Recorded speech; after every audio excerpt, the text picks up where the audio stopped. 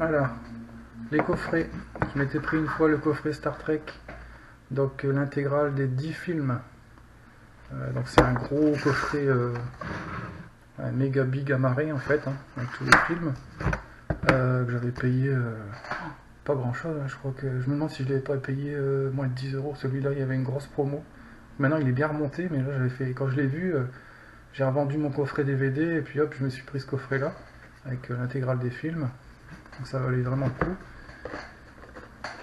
Deuxième coffret aussi chez Zavi, hein, toujours de toute façon. Pratiquement tous mes imports Angleterre viennent de Zavi. Donc le coffret Clone Wars, donc les 5 saisons. Voilà. Donc ça j'avais payé 25 euros je crois. Chez nous, un coffret intégral des Clone Wars, c'est une fortune. Donc j'attends le même style de coffret pour Star Wars Rebels. J'espère qu'ils vont sortir l'intégrale des 4 saisons pour un prix attractif comme ils avaient fait ce coffret là, parce que pour l'instant la saison à l'unité, ça commence à être dur à trouver toutes les saisons. Certaines valent 12 euros, d'autres 15, d'autres 40, d'autres 35, donc un peu difficile d'avoir un bon prix là-dessus. Ensuite, alors film amarré, donc toujours un port UK, hein. J'avais trouvé ou j'avais acheté sur une annonce, je crois, celui-là, hein, quelqu'un qui revendait une partie de sa collection, donc Zoolander. Voilà, donc celui-là existe en France, hein, mais je l'avais eu pour quelques euros en import anglais. On a aussi Team America, donc un film avec des marionnettes style Thunderbird en fait, hein, complètement parodique. C'est fait par ceux qui ont les créateurs de South Park, donc voilà, vous voyez un peu le style d'humour, hein, donc c'est vraiment pas mal comme film. VF, donc hein, bien VF inclus.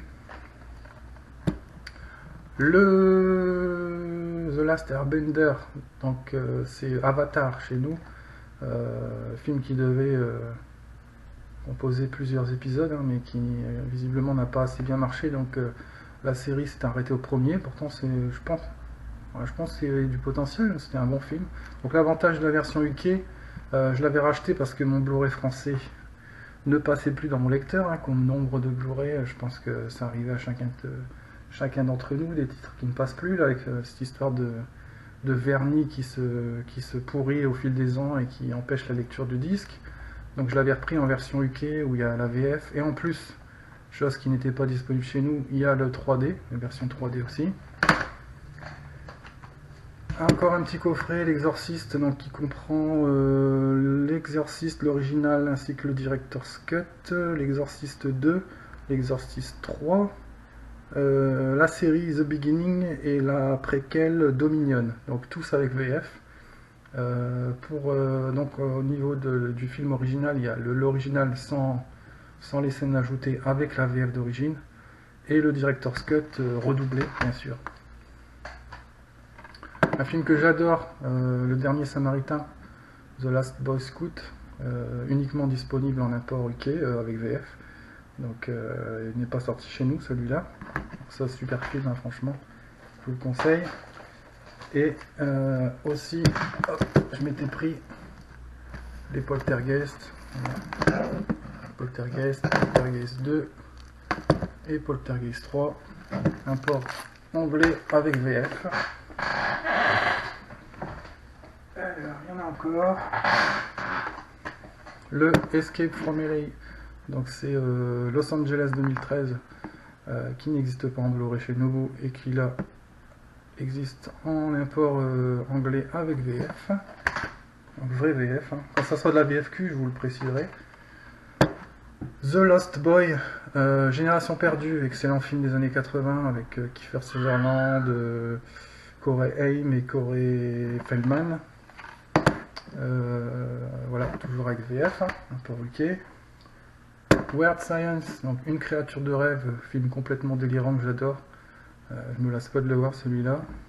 Donc pareil, film des années 80 avec VF. Ferris Bueller's Day Off, donc c'est la folle journée de Ferris Bueller.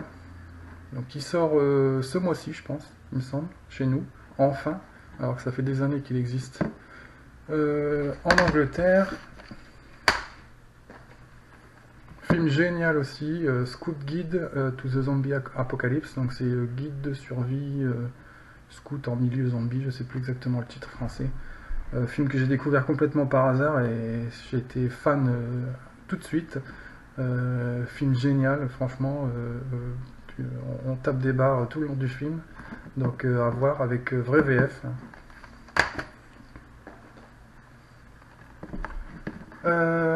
Child's Place, donc Chucky, la poupée de sang, je sais plus le titre, enfin c'est Chucky, quoi, le premier Chucky, donc qui vient de ressortir il y a quelques mois chez ESC Distribution, je crois, dans une super édition collector. Mais bon, comme moi j'avais cette version là depuis pas mal de temps déjà, je m'en contenterai, pardon. Encore un petit coffret Stallone pour pareil une dizaine d'euros que j'avais eu pendant des promotions. Avec dessus Cobra, Assassin, Tango et Cash, l'expert je crois, ce spécialiste, je crois que c'est l'expert en français, et Demolition Man. Donc alors attention par contre celui-là, pour Demolition Man c'est une VFQ dessus, version québécoise, doublage québécois, donc j'ai m'étais racheté le disque français, parce que je supporte pas quand c'est des acteurs connus d'avoir une VFQ, quand c'est des acteurs un peu moins connus je veux bien, mais quand c'est des acteurs classiques avec des voix qu'on connaît depuis des années, avoir le doublage québécois ça fait vraiment bizarre. Autre coffret pareil sur Zavi pour une dizaine d'euros, la Steven Seagal collection avec piège Ant-mer, piège à grande vitesse, Hard to Kill, je sais plus comment c'est le titre en français, Nico et Executive Decision, c'est je me souviens plus du titre en français, c'est pas grave. Voilà, c'est cette jaquette là, hop là, c'est cette jaquette là, voilà, vous reconnaîtrez certainement. Donc il y a un petit rôle dedans, Steven Seagal dans ce film là, c'est bizarre qu'il l'ait mis dans ce coffret là, il y avait peut-être d'autres films à mettre de lui, mais bon, c'est pas un mauvais film, mais c'est pas lui la star du film, quoi, c'est plutôt Kurt Russell, donc voilà. En tout cas, pas cher pour avoir ces 5 films. Alors là on en a fini, oui, on en a fini avec les imports UK.